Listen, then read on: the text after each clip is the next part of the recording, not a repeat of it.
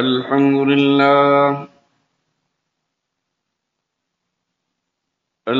لله الذي هدانا لهذا وما كنا لنهتدي لولا أن هدانا الله أما بعد فأعوذ بالله من الشيطان الرجيم بسم الله الرحمن الرحيم قل يا عبادي الذين أسرفوا على أنفسهم لا تقنطوا من رحمة الله إن الله يغفر الذنوب جميعا إنه هو الغفور الرحيم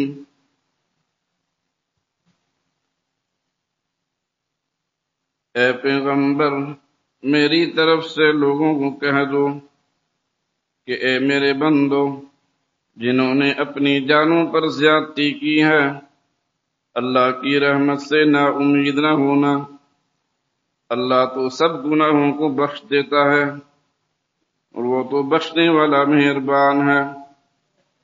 سبحان ربک رب العزت عما یصفون وسلام علی المرسلین والحمد للہ رب العالمین۔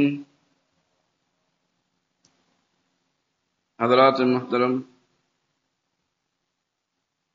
میں نے آپ کے سامنے 24 پارے کی سورہ زمر کی آیت نمبر 53 تلاوت کی ہے اور ترجمہ پیش کیا ہے۔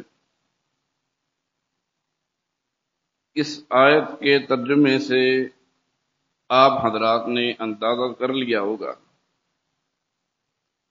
کہ اللہ کی شان بہت عظیم ہے، بہت کریم ہے، اللہ پاک نہایت رحم کرنے والا ہے، بلکہ حدیث کے مطابق تو اللہ پاک 70 ماؤں سے زیادہ پیار کرنے والا ہے۔ ایک تو یہ ہے کہ ہر انسان سے زندگی کے کسی نہ کسی موڑ پر غلطیاں ہوتی ہیں، کوتاہیاں ہوتی ہیں، گناہ ہوتے ہیں، یا تو کسی انسان کے ساتھ کوئی لین دین کے کوئی معاملات ہوتے ہیں، کسی دوست رشتہ دار کے ساتھ اگر کوئی ذرا سی دیر ہو جائے، کوئی گڑبڑ ہو جائے تو وہ دوست یا بھائی اس کی غلطی پر اس کو معاف نہیں کرتا، جتنے بھی رشتے ناطے ہوتے ہیں زندگی بھر کے سب توڑ دیتا ہے۔ ایک اللہ کی ذات ہے جو سب کچھ معاف کر دینے والی ہے۔ انسان سے اگر 100 دفعہ غلطی ہو جائے تو اللہ پاک اس کو پھر معاف کر دیں گے۔ ساری زمین انسان کے گناہوں سے بھر جائے، آسمان کی بلندی تک گناہ ہی گناہ ہو، لیکن یہ انسان اگر سچے دل سے اللہ پاک سے توبہ استغفار کرے تو یقیناً اللہ پاک معاف کرنے والا ہے، بخشنے والا ہے۔ اس آیت کا مضمون کچھ اس طرح ہی ہے۔ وہ ایک فارسی کا ایک شعر ہے، الفاظ میرے ذہن میں نہیں ہے، کہ انسان سے اگر 100 دفعہ غلطی ہو جائے، گناہ ہو جائے، ہر دفعہ وہ توبہ استغفار کرتا ہے، پھر غلطی ہوتی ہے، پھر گناہ ہوتا ہے، لیکن 100 دفعہ بھی اگر اس سے گناہ ہو جائے تو اللہ پاک فرماتے ہیں کہ تو نا امید نہ ہونا، اللہ کی رحمت سے نا امید نہ ہو، پھر میری طرف پلٹ کر آؤ، میں تمہیں معاف کر دوں گا۔ ایک یہ انسان ہے جو ذرا سی کمی کوتاہی پر دوسرے بھائی کو معاف نہیں کرتا۔ ایک یہاں پر اللہ کی ذات بڑی کریم ہے، بڑی عظیم ذات ہے، جو انسان سے جتنی مرضی کوتاہی ہو، گناہ ہو، کیونکہ ہمارا وجود ایسا ہے، سر سے لے کر پاؤں کے ناخن تک گناہ ہی گناہ ہم سب کے ہیں، لیکن اگر ہم سچے دل سے اللہ سے توبہ استغفار کریں تو یقیناً اللہ پاک معاف کرنے والا ہے۔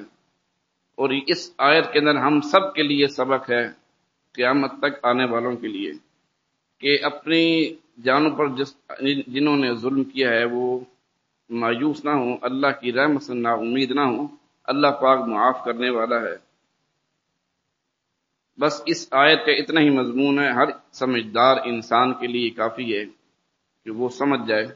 اللہ سے دعا فرمائیں اللہ پاک ہمیں بھی اس پر عمل کرنے کی توفیق عطا فرمائے، اللہ ہماری اصلاح فرما دے، غلطیاں کوتاہیاں ہر انسان میں ہوتی ہے، اللہ پاک معاف کرنے والا ہے، اللہ معاف کر دے اور دین کی صحیح سمجھ عطا فرما کر اس پر عمل کرنے کی توفیق عطا فرمائے۔ وما علینا الا البلاغ۔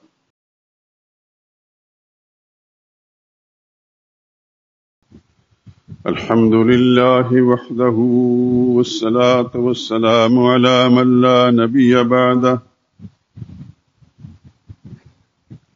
ولا رسول بعده ولا معصوم بعده،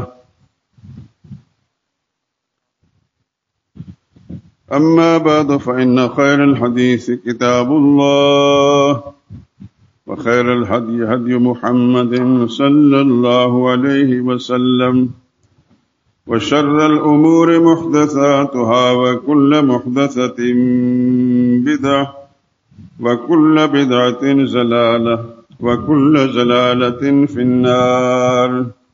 أعوذ بالله من الشيطان الرجيم، بسم الله الرحمن الرحيم۔ الله لا إله إلا هو الحي القيوم لا تأخذه سنة ولا نوم، له ما في السماوات وما في الأرض، من ذا الذي يشفع عنده إلا بإذنه، يعلم ما بين أيديهم وما خلفهم ولا يحيطون بشيء من علمه إلا بما شاء، وسع كرسيه السماوات والأرض ولا يؤوده حفظهما وهو العلي العظيم۔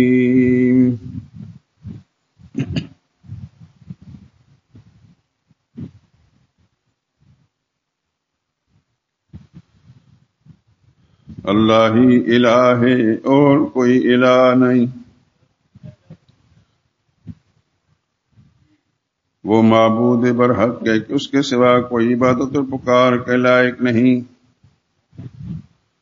وہ زندہ ہے ہمیشہ رہنے والا، سارے جہان کو سنبھالنے والا ہے، اسے نہ اونگ آتی ہے نہ نیند، جو کچھ آسمانوں میں اور جو کچھ زمین میں ہے سب اسی کا ہے، کون ہے کہ اس کی اجازت کے بغیر اس سے کسی کی سفارش کر سکے، جو کچھ لوگوں کے روبرو ہو رہا ہے جو کچھ ان کے پیچھے ہو چکا اسے سب معلوم ہے، اور وہ اس کی معلومات میں سے کسی چیز کا احاطہ نہیں کر سکتے، ہاں جس قدر وہ چاہتا ہے اسی قدر معلوم کرا دیتا ہے، اس کی بادشاہت اور اس کا علم آسمان و زمین سب پر حاوی ہے، اسے ان کی حفاظت کچھ بھی دشوار نہیں، وہ بڑا عالی شان اور عظیم الشان ہے۔ سبحان ربک رب العزت عما یصفون وسلام علی المرسلین والحمد للہ رب العالمین۔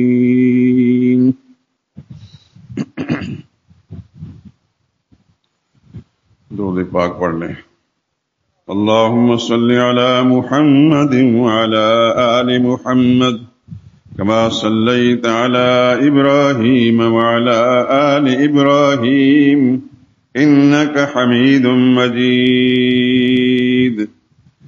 اللهم بارك على محمد وعلى آل محمد كما باركت على إبراهيم وعلى آل إبراهيم إنك حميد مجيد۔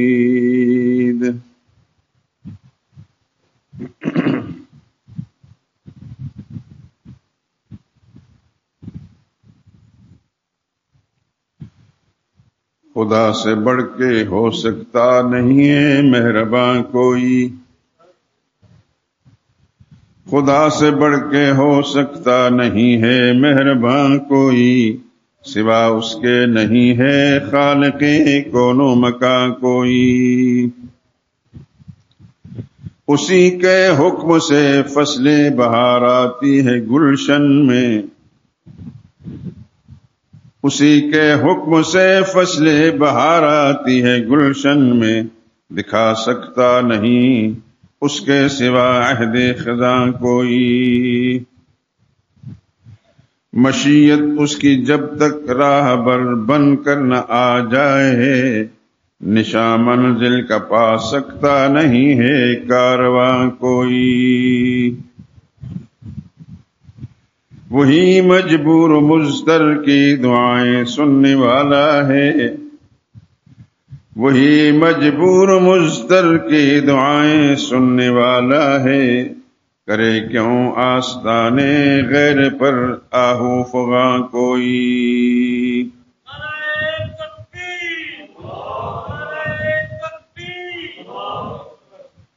دعاؤں میں پکارو اس خدا بندے جہاں ہی کو، دعاؤں میں پکارو اس خدا بندے جہاں ہی کو، نہیں جس کے سوا حاجت روائے دو جہاں کوئی۔ وہی ہے حامی و ناصر، وہی ہے حامی و ناصر، وہی ہے حاضر و ناظر، بجز ذات خدا ہرگز نہیں ہے غیب داں کوئی۔ زمین و آسمان شمس و قمر دن رات شاہد ہیں، زمین و آسمان شمس و قمر دن رات شاہد ہیں، نہیں اس کے سوا ارض و سما کا حکمراں کوئی۔ اسی کے قبضہ قدرت میں ہے نفع و ضرر سب کا، سوا اس کے نہیں ہے مالک سود و زیاں کوئی۔ خدا کے نام ہی سے مشکلیں آسان ہوتی ہیں، خدا کے نام ہی سے مشکلیں آسان ہوتی ہیں، بنائے تو خدا کے نام کو ورد زباں کوئی۔ یہی تعلیم قرآن ہے، یہی ہے حاصل سنت، یہی تعلیم قرآن ہے، یہی ہے حاصل سنت، نہیں معبود برحق جز خدا بندے جہاں کوئی۔ اسی کا دامن رحمت پناہ عاصیاں ہوگا، اسی کا دامن رحمت پناہ عاصیاں ہوگا، نہیں ہرگز کہیں اس کے سوا دارالامان کوئی۔ ظہور اللہ کی توحید پر ایمان ہو جس کا، ظہور اللہ کی توحید پر ایمان ہو جس کا، نہ اس کو مال کی پرواہ نہ اس کو خوف جاں کوئی۔ خدا سے بڑھ کے ہو سکتا نہیں ہے مہربان کوئی، سوا اس کے نہیں ہے خالق کون و مکان کوئی۔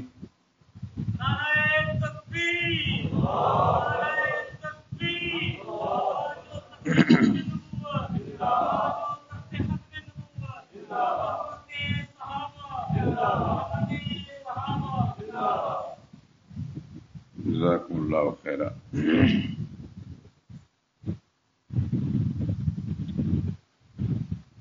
حضرات محترم،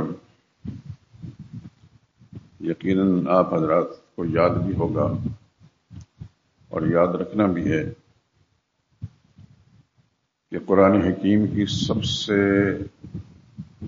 معروف، سب سے افضل صورت یعنی آیت کریمہ، جسے آیت الکرسی کہا جاتا ہے،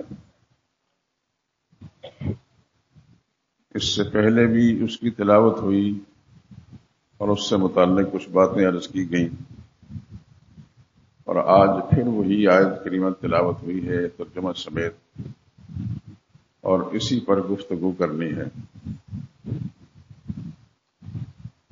یہ تو آپ کے علم میں ہے ہی، اور یقیناً ہونا ہی چاہیے کہ ہر پکا پختہ مسلمان وہی ہے جو عقیدے کو اہمیت اور اولویت دیتا ہے،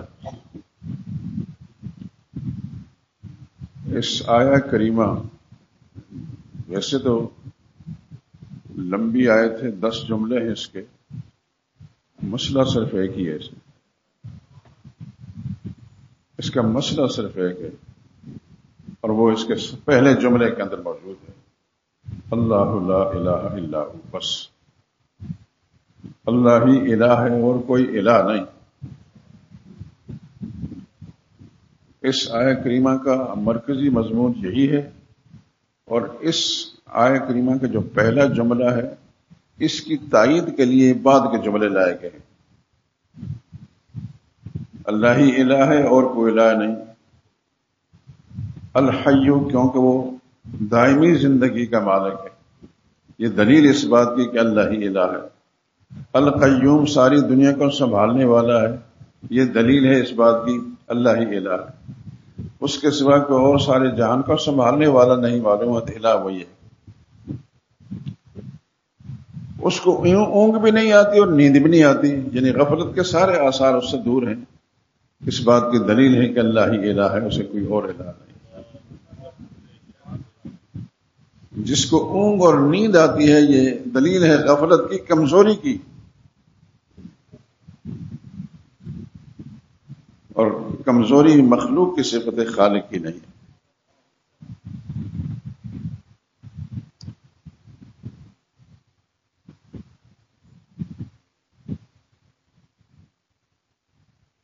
اللہ اکبر۔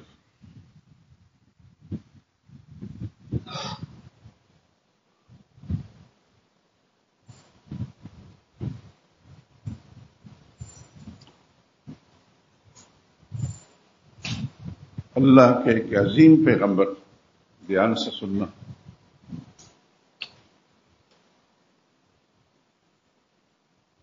جس کو رب العالمین نے ایسی بادشاہت دی تھی کہ اس سے پہلے بھی کسی کو نصیب نہیں اور اس کے بعد آج تک کسی کو نصیب نہیں اور قیامت تک نہیں ہوگا، اور آپ سمجھ گئے ہوں گے وہ پیغمبر سیدنا سلیمان علیہ السلام ہے۔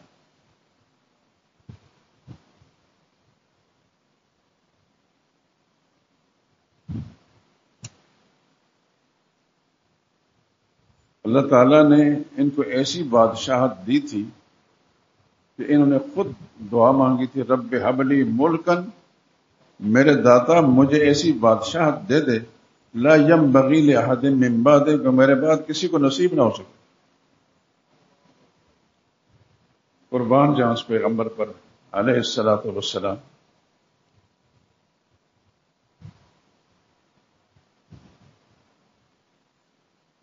اللہ نے دی ان کو ایسی بادشاہت دی کہ جن و انس، جنات بھی ان کے فرمانبردار تھے اور انسان تو فرمانبردار تھے ہی۔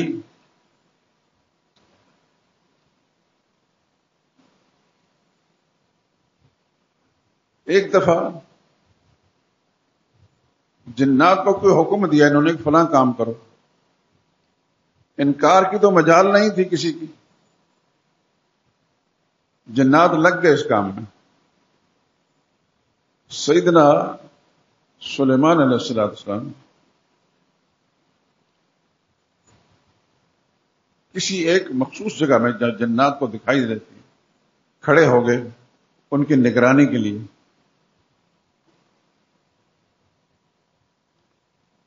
اور نگرانی کے دوران ہی ان کو اونگ آئی،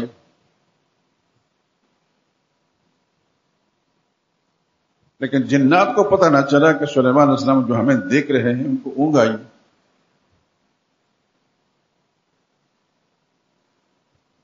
حتیٰ کہ بعد میں موت بھی آ گئی۔ قرآن حکیم میں فلما قضینا علیہ الموت ما دلهم علی موتہ،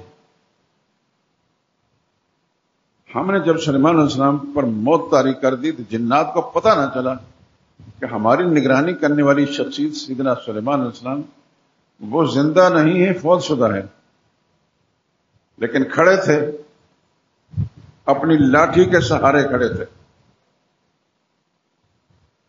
یقیناً آپ نے سنا ہوگا یا قرآن کریم کی تلاوت کے دوران ترجمے پر غور اگر فرمایا آپ نے، آپ کو میری بات کی تصدیق ہوگی. جنات کام میں لگے ہیں، ان کی ہمت نہیں کہ اپنے کام کو چھوڑ سکیں، اس لیے کہ انہیں پتہ تھا کہ حضرت سلیمان علیہ السلام دیکھ رہے ہیں اور ان کی مرضی کے خلاف کام کرنا ہلاکت کے مترادف.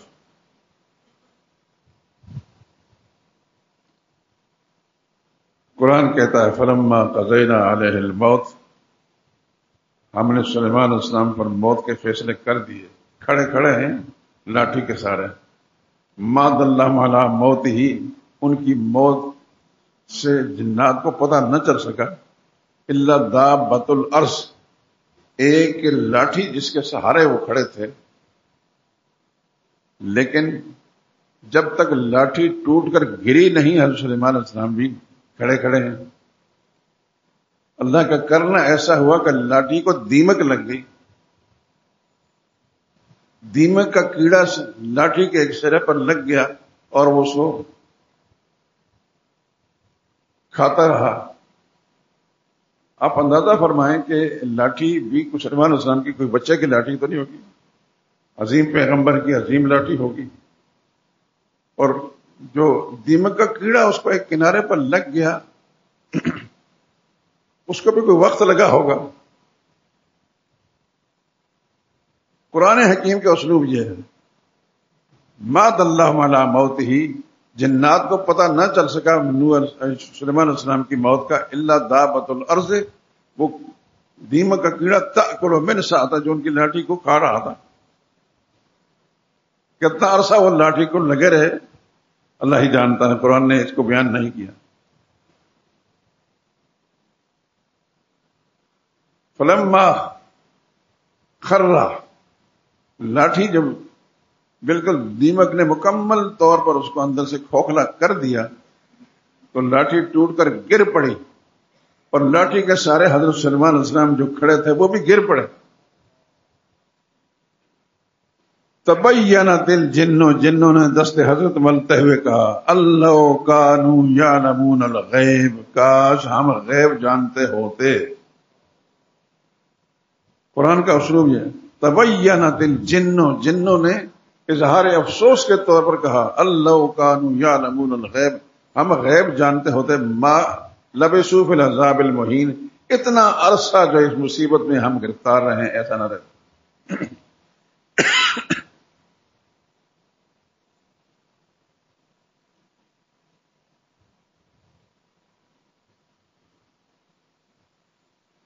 معلوم ہوتا ہے کہ دائمی زندگی کا مالک صرف اور صرف اللہ ہے. قرآن حکیم کی اسی آیت کریمہ میں پہلے دعویٰ ہے اللہ ہی الہ ہے اور کوئی الہ. اس بات کو میں بار بار آپ حضرات سے ذکر کروں گا کہ بھول نہ جائیں آپ. یہ وہی الہ ہے جو کلمے میں آپ نے پڑھا ہے اور پڑھایا گیا ہے. جس میں آپ کسی مسلمان کو کلمہ پڑھاتے ہیں تو یہی کہتے ہیں لا الہ الا اللہ. سلیمان علیہ السلام گر پڑے کیونکہ دائمی زندگی کے مالک نہیں تھے. دائمی زندگی کا مالک، ازلی اور ابدی زندگی کا مالک ایک اللہ ہے، ایک اللہ ہے.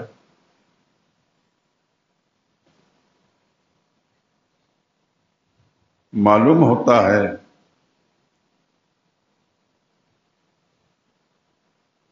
کہ خالق کائنات نے بڑے بڑے رتبے، عہدے، منصب عطا فرمائے جیسے حضرت سلیمان علیہ السلام کو، لیکن وہ صفت جو خالق ہونے والی صفت ہے وہ نہ ان کے مناسب تھی نہ ان کو دی.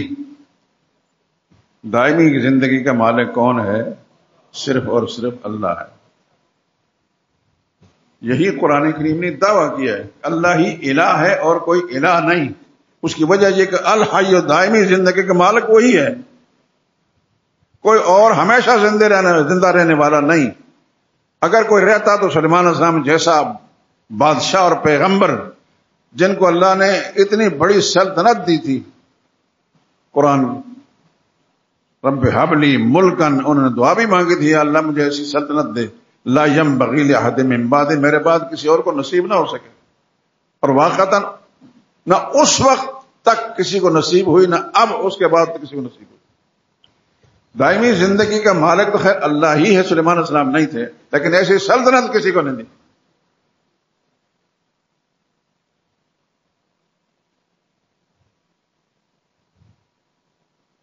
میرا رب بڑی شان والا ہے.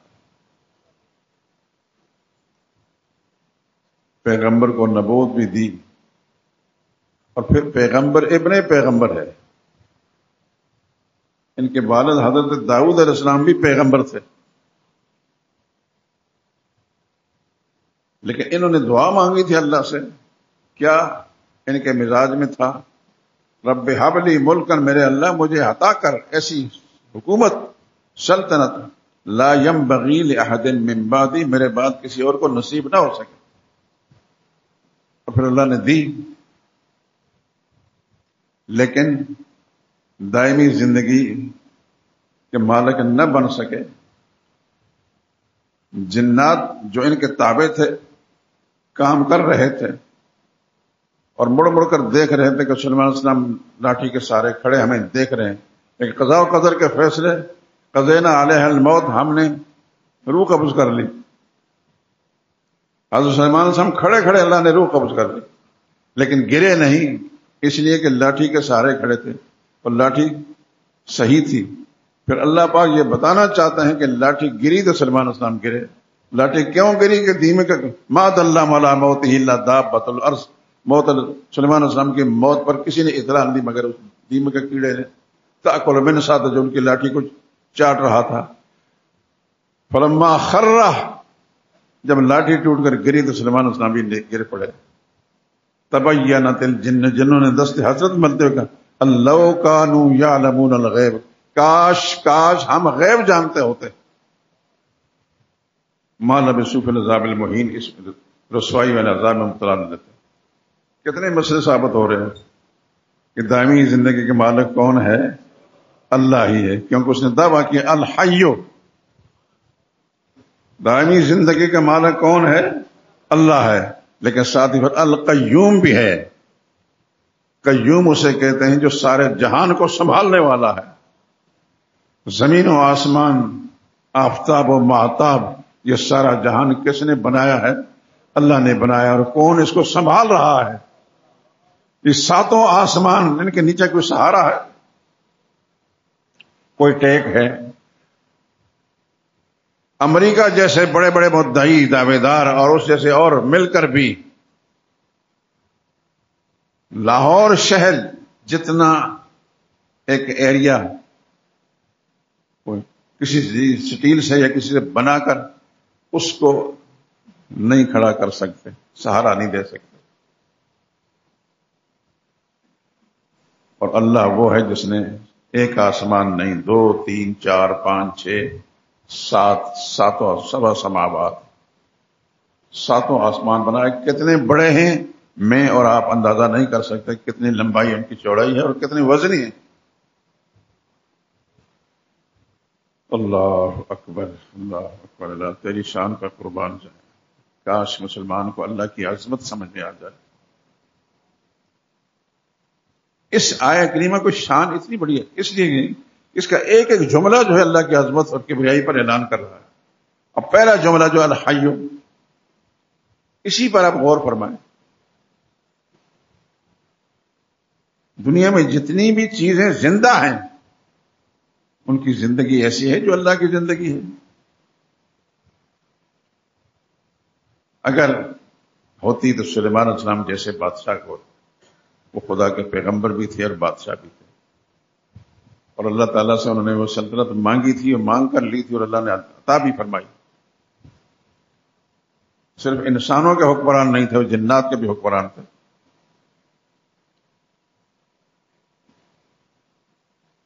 لیکن ان کی زندگی وہ نہیں تھی جو اللہ نے اپنی ذات کے لیے مخصوص رکھی. دائمی زندگی کا مالک کون؟ اللہ. یہ ذہن میں ہمیشہ رہنا چاہیے. اور اس لیے میں آپ سے گزارش کر چکا کہ اس آیت الکرسی کو ہر مسلمان کو یاد کر لینا چاہیے اور ہر روز پڑھتے رہنا چاہیے. آپ کو اندازہ نہیں کہ کتنا بڑا اجر ہے اس کا. اس کے 10 جملوں کے اندر اللہ نے اپنی قدرت کے نمونے بیان فرمایا. اگر دنیا میں کسی کو کوئی قدرت حاصل ہوتی تو سلیمان علیہ السلام اس قابل تھے کہ ان کو، اگر وہ نہیں ہے تو پھر کوئی بھی نہیں.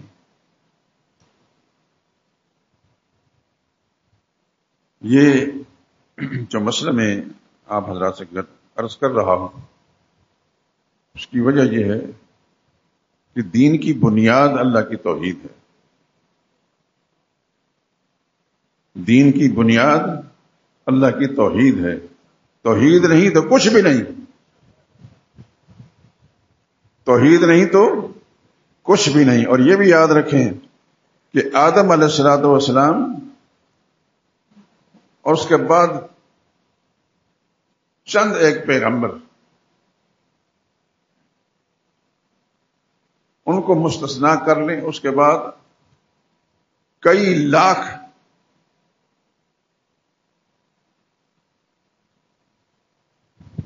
دنیا کے اندر اللہ کے نیک بندے اور ان میں خدا کے پیغمبر بھی ہیں.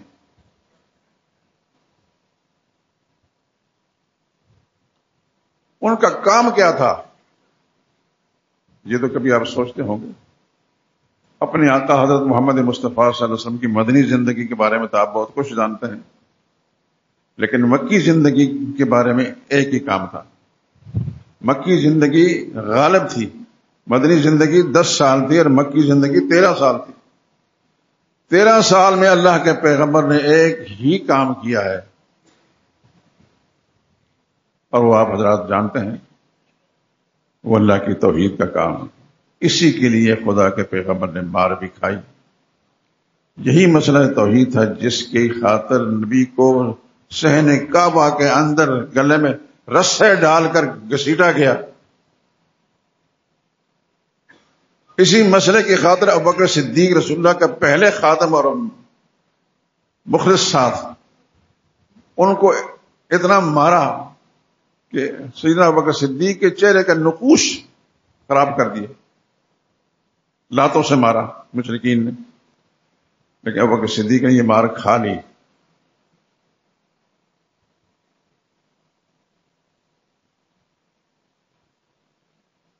نبی کریم صلی اللہ علیہ وسلم کے اپنے چچا، اپنا خون، ابو لہب جسے کہتے ہیں، اس نے سب سے پہلے رسول اللہ صلی اللہ علیہ وسلم پر پتھر پھینکا.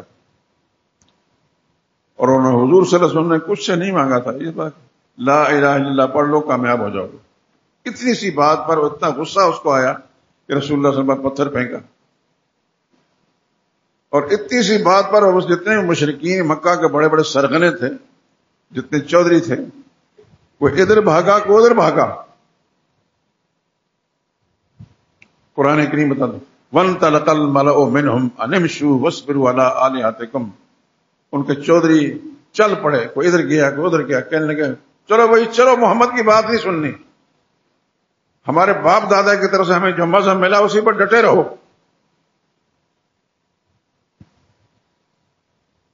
نبی کریم صلی اللہ علیہ وسلم سے کیا مانگا تھا؟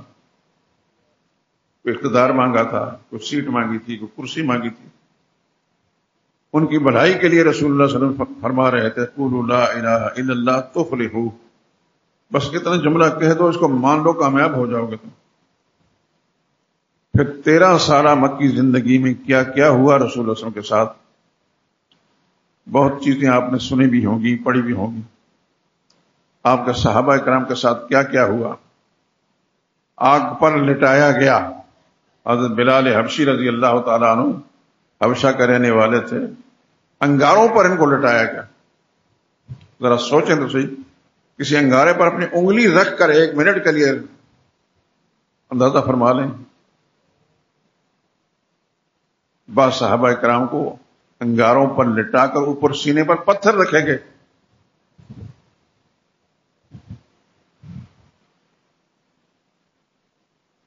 ایک خاتون حضرت سمیہ رضی اللہ تعالی عنہا اللہ اکبر. انسان سوچتا ہے تو لرز اٹھتا ہے. مکہ کا جو بڑا چودھری تھا، بڑا بدماش تھا، ملعون تھا، ابو جہل، اس ملعون نے پہلے حضرت سمیہ کو کہا کہ محمد سے بغاوت کا اعلان کر. انہوں نے فرمایا یہ نہیں ہو سکتا. ان کے سامنے ان کے شوہر کو قتل کیا، یاسر کو رضی اللہ تعالیٰ عنہ. ان کے بیٹے حضرت عمار کو بھی قتل کیا. پھر ان کو 2 اونٹ منگوا کر ابو جہل ملعون نے ان کو پکڑ کر ان کی ایک ٹانگ ایک اونٹ کے ساتھ باندھی اور دوسری ٹانگ دوسرے اونٹ کے ساتھ باندھی. ذرا تصور تو کیجئے میرے دوست. اپنی جان بچانے کی خاطر حضرت سمیہ کا انکار کر سکتی تھی. مسئلے کے روح سے ایک آدمی کو اپنی جان کا خطرہ ہو تو اس وقت ایسا کر سکتا ہے، لیکن ان کے ایمان کی اتنی پختگی تھی، خدا کی ارب و رحمت نازل ان پر. بعض کتابوں میں یہ بھی آتا کہ ابو جہل ملعون نے برچھا لے کر ان کے اندامے نے نازک پر مارا اور ایک اونٹ کو ادھر بگایا دوسرے کو ادھر بگایا. 2 ٹکڑے ہو گئی خدا کی توحید کی خاطر، لیکن ایمان کو نہیں چھوڑا.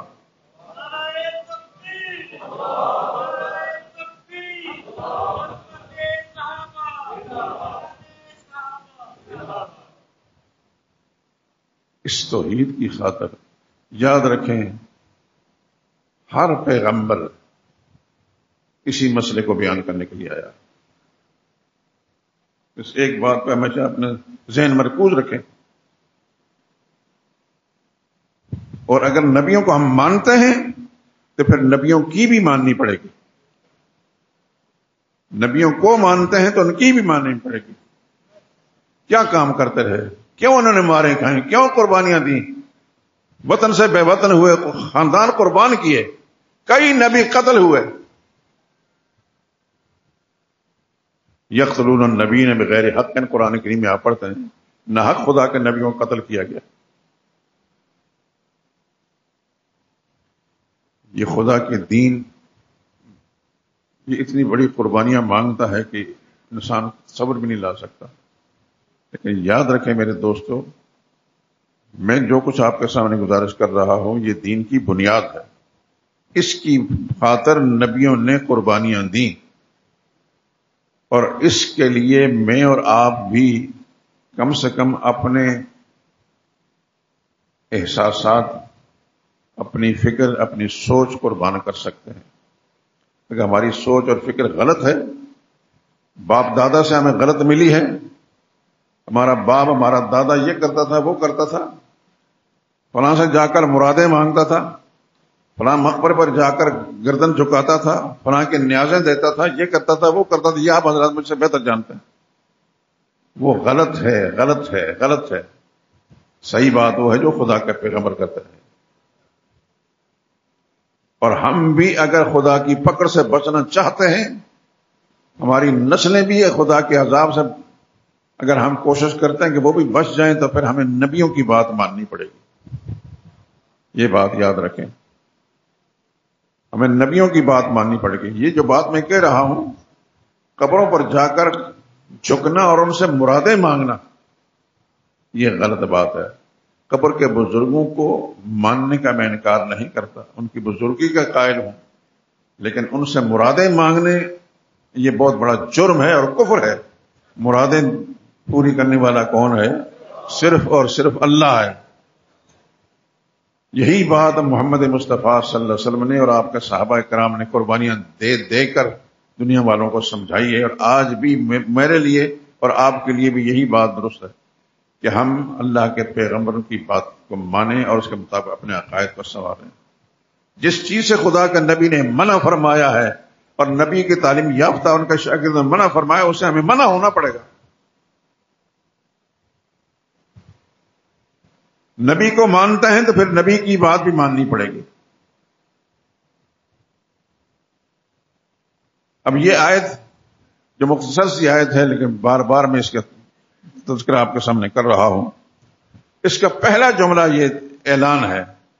اس اعلان کو ماننا، اللہ لا الہ الا ہو، اللہ ہی الہ ہے، اللہ ہی الہ ہے، اس کے سوا کوئی اور الہ نہیں۔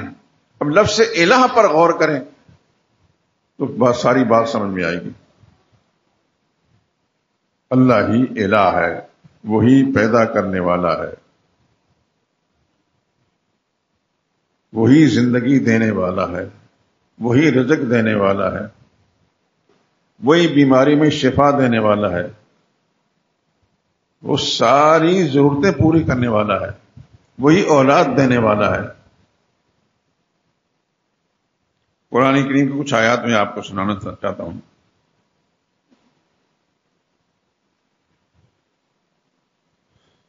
ان اللہ لا يخفى علیہ شیء فی الارض ولا فی السماء،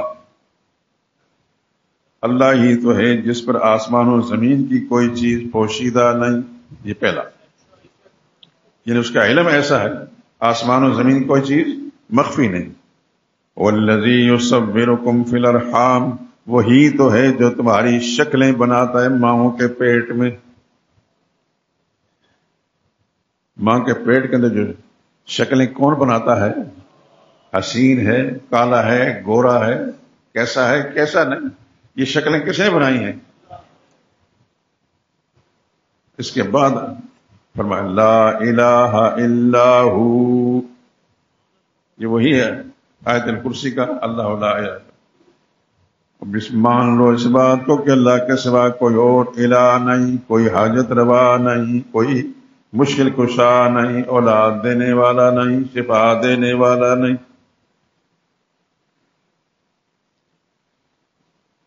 ایک اور مقام، قل ارائیتم ان اخذ اللہ سمعکم وابصارکم، میرے حبیب آپ ان کو بتا دیں، بتاؤ تو صحیح، اگر اللہ تمہارے کان چھین لیں، یعنی اس قوت سماعت ختم کر دیں، تمہاری آنکھیں چھین لیں یعنی بینائی ختم کر دیں،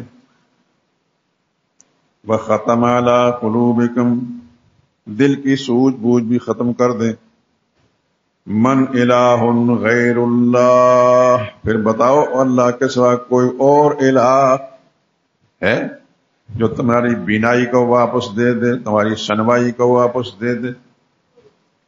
لیکن ہر مصرف کے ساتھ لفظ الہ لایا گیا، یہ سارے قرآن کریم کا۔ معلوم ہوتا ہے کہ جب آپ کسی کافر کو، کسی غیر مسلم کلمہ پڑھاتے ہیں تو سب سے پہلے لا الہ الا اللہ پڑھاتے ہیں، اسی کے اندر سب کچھ ہے۔ اللہ کے سوا کوئی اور الہ نہیں، ساری طاقتوں کا مالک، قدرتوں کا مالک نہیں، اللہ ہی الہ ہے اور کوئی الہ نہیں۔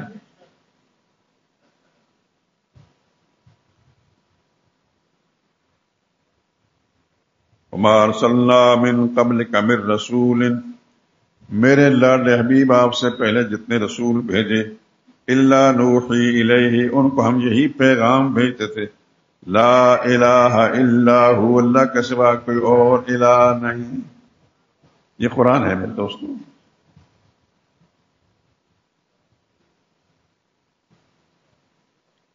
یونس علیہ السلام خدا کے پیغمبر تھے، جانتے ہیں آپ، اللہ کے عظیم پیغمبر سیدنا یونس علیہ السلام۔ تفصیلات میں نہیں جانا چاہتا، یہ ایک سمندری سفر کے اندر کشتی پر بیٹھے تو کشتی ڈولنے لگی،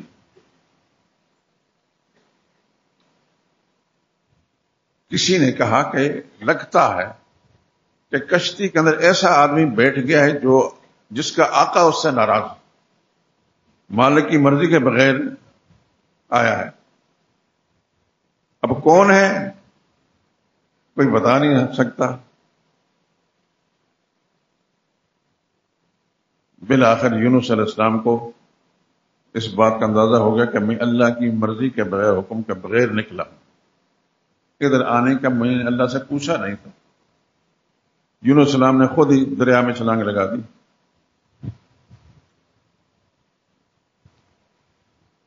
اب وہ خدا کے پیغمبر ہیں، اللہ نے اپنے تکوینی حکم کے ساتھ اس مچھلی کو، جس مچھلی کے پیٹ میں یونس علیہ السلام گئے، وہ کہاں تھی، اس مچھلی کو حکم دیا کہ پہنچ فلاں جگہ، میرا پیغمبر آ رہا ہے،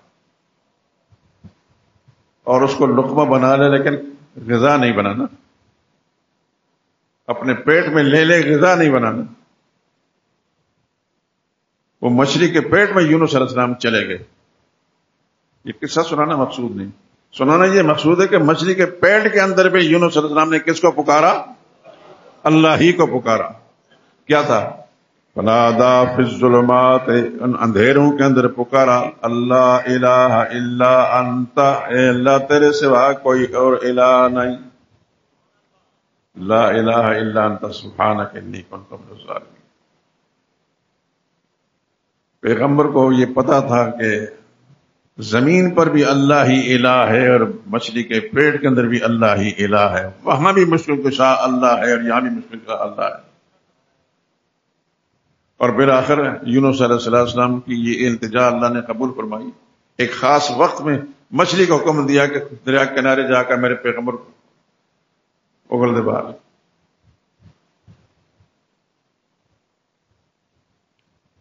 تو لفظ الہ بتا رہا ہے کہ ہر جگہ مشکلوں میں کام آنے والی ذات اللہ ہی کی ہے، اللہ ہی کی ہے. میں دوستوں میں آپ حضرات سے یہ گزارش کر رہا ہوں، دیکھیے مشکلیں مجھے بھی ہیں، آپ کے بھی ہیں، لیکن اپنے رب کے ساتھ اپنا تعلق مت توڑیں. دنیا کے اسباب ضرور اختیار کریں جو کچھ بھی ہے، لیکن اسباب میں فائدہ نہیں، مسبب الاسباب، اسباب کے اندر تاثیر پیدا کرنا یا ان کو فعل کرنا، یہ کس کے اختیار میں ہے؟ صرف اللہ ہی کے اختیار میں ہے. اپنے رب کے ساتھ اپنا تعلق نہ جوڑیں، نہ توڑیں.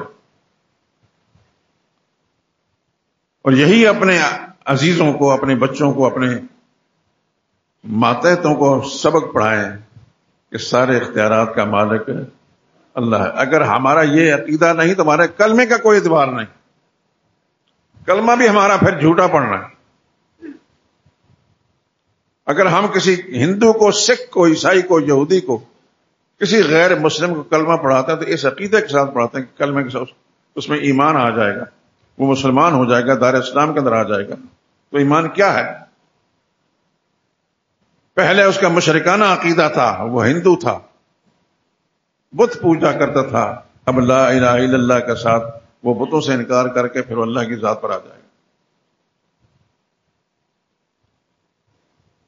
اگر ہمارا اپنا عقیدہ صاف نہیں دوستوں تو کسی اور کو کلمہ پڑھانے کا کیا مطلب ہوگا؟ سب سے پہلے اپنا عقیدہ درست کرنا پڑے گا.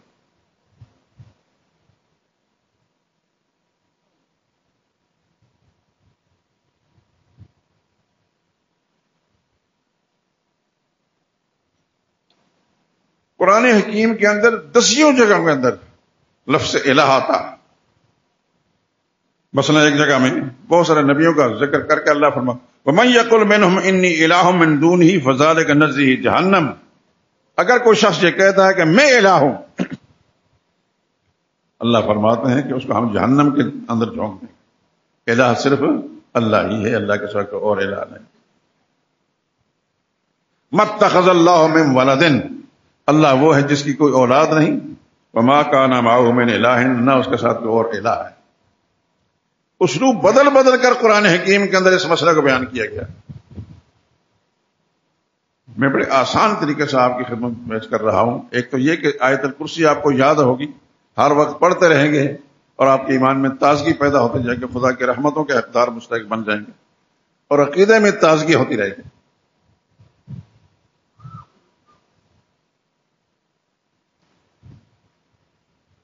ایک مقام میں قُلْ أَرَأَيْتُمْ إِنْ جَعَلَ اللَّهُ عَلَيْكُمُ اللَّيْلَ سَرْمَدًا إِلَىٰ يَوْمِ الْقِيَامَةِ مَنْ إِلَٰهٌ غَيْرُ اللَّهِ يَأْتِيكُمْ بِضِيَاءٍ. میرے نبی ان کو بتا دیں اگر اللہ پاک ساری رات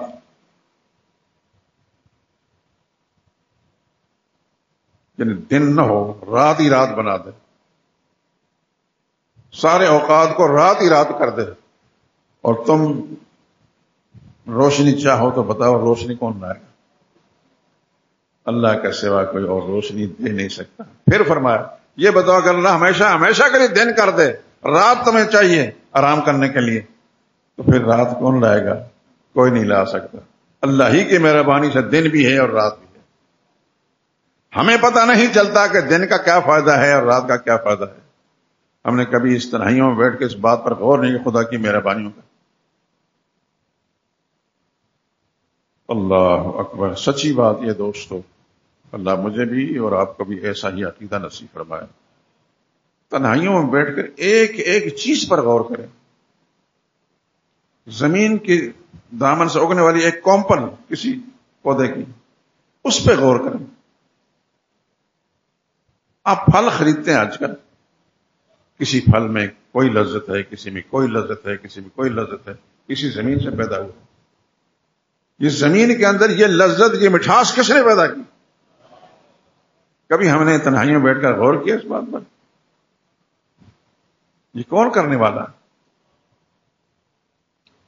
یہ انگور چھوٹا سا دانہ ہے، خدا کی قسم اتنی لذت ہے اس کے اندر. جس علاقے میں پیدا ہوتا ہے، میں افغانستان گیا تورخم سے جب آگے طرف نکلے ہم، بڑے بڑے باغات ہم نے دیکھے. پانی کوئی نہیں تھا، کچھ زمین پر، لیکن یہ سارے کے سارے ڈرائی فروٹ جو آپ استعمال کرتے ہیں وہ وہاں. اور آج کل آپ انگور استعمال کرتے ہیں، ایک انگلی کا جو پورا ہے اتنا بڑا دانہ ہوتا ہے، اس کی لذت اس قدر ہے کہ میں بیان نہیں کر سکتا. یہ اس میں مٹھاس اور لذت کس نے رکھی ہے؟ کبھی ہم نے تنہائیوں میں بیٹھ کر غور کیا کہ جس اللہ نے ہمیں ایسی ایسی نعمتوں سے نوازا ہے، ہم اس کے شکر گزار بھی ہیں کہ نہیں؟ کیا ہمارا عقیدہ اس کی ذات کے بارے میں ایسا ہی ہے کہ سب کچھ کرنے والا وہی ہے، اس کے سوا کوئی اور نہیں؟ افسوس اس بات کا ہے کہ ہم من حیث القوم من حیث المجموع، ہمارے معاشرے کے اندر شرک کے جراثیم موجود ہیں. ہو سکتا ہے کہ کسی ساتھی کے ذہن میں یہ ہے کہ میں بزرگوں کو نہیں مانتا. نہیں، ایسی بات نہیں. میں پہلے بھی کہہ چکا ہوں، اب بھی کہتا ہوں، بزرگوں کا انکار کرنے والے پر لعنت بھیجتا ہوں. بزرگ زندہ ہے اس کو بھی مانتا ہوں، فوت شدہ اس کو بھی مانتا ہوں، لیکن بزرگ کو بزرگ مانتا ہوں، الہ نہیں مانتا. یہی سبق آپ کو بھی دے رہا ہوں. الہ صرف اللہ ہے، اللہ کے سوا کوئی اور الہ نہیں. یہ سب بزرگ ہیں، زندہ ہیں تو بزرگ ہیں، فوت شدہ تو بزرگ ہیں. لیکن ہمارے معاشرے کی غالب اکثریت ایسی ہے. افسوس مجھے اس بات کا ہے کہ یہ مذہبی جو ٹھیکیدار ہیں، انہوں نے اپنے سامنے بیٹھنے والے عوام کو یہ عقیدہ سمجھایا ہے.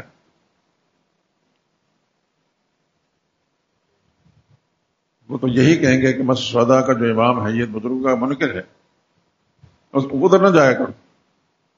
ہو سکتا ہے کہ آپ حضرات شروع میں آئے ہو تو یہی سوچ کر آئے ہوں کہ پتہ نہیں یہ بزرگوں کا منکر ہے، اس کی بات تو سننے چاہیے کیا کہتا ہے. یہ بات سنو اچھی طرح کان کھول کر. میں بزرگوں کا منکر نہیں ہوں، سارے بزرگوں کو مانتا ہوں، فوت شدہ ہیں ان کو بھی مانتا ہوں، جو زندہ ان کو بھی مانتا ہوں، لیکن بزرگوں کو بزرگ مانتا ہوں، الہ نہیں مانتا. مسئلہ میں آپ کو الہ سمجھا رہا ہوں، اللہ کے سوا کوئی اور الہ، یعنی ساری طاقتوں کا مالک، ساری طاقتوں کا مالک صرف اللہ ہے. الہ اسے کہتے ہیں.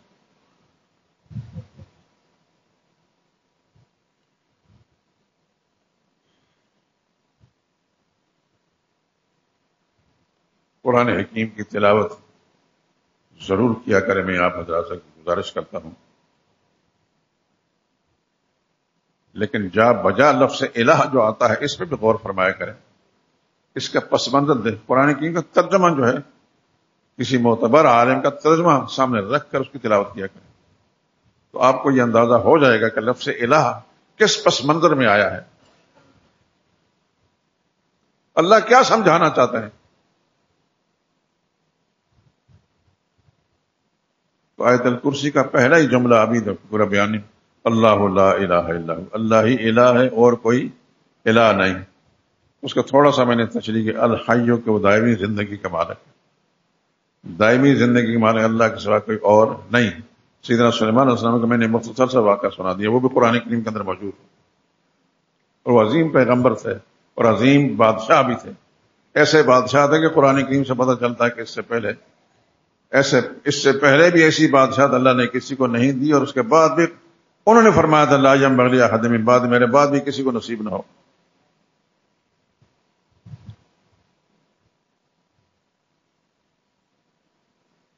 تو آپ اندازہ فرما لیں کہ یہ لفظ الہ کیا کہہ رہا ہے. آپ تنہائیوں میں بیٹھ کر یا گھروں کے اندر تذکرہ کیا کریں بچوں کے ساتھ، خواتین کے ساتھ، ان کو سمجھایا کریں، یہ سمجھایا کریں کہ تمہیں پتہ ہے کہ اللہ نے فرمایا لا الہ الا ہوا، اللہ کے سوا کوئی اور الہ نہیں. الہ کا معنی کیا ہے؟ تو یہ وہ معنی نہیں جو کہا اللہ کے سوا کوئی معبود نہیں، اللہ کے سوا کوئی عبادت کے لائق نہیں. یہ دونوں عربی کے لفظ ہیں، اور عربی کا ترجمہ عربی سے نہیں ہوتا. اللہ کے سوا کوئی میں آسان ترجمہ بتاتا ہوں، اللہ کے سوا کوئی اور کارساز نہیں. الہ کا معنی کارساز، کام بنانے والا، بگڑی بنانے والا، مرادیں پوری کرنے والا، مشکلیں آسان کرنے والا. قرآن کریم کے اندر 10 جگہوں کے اندر لفظ الہ آتا ہے.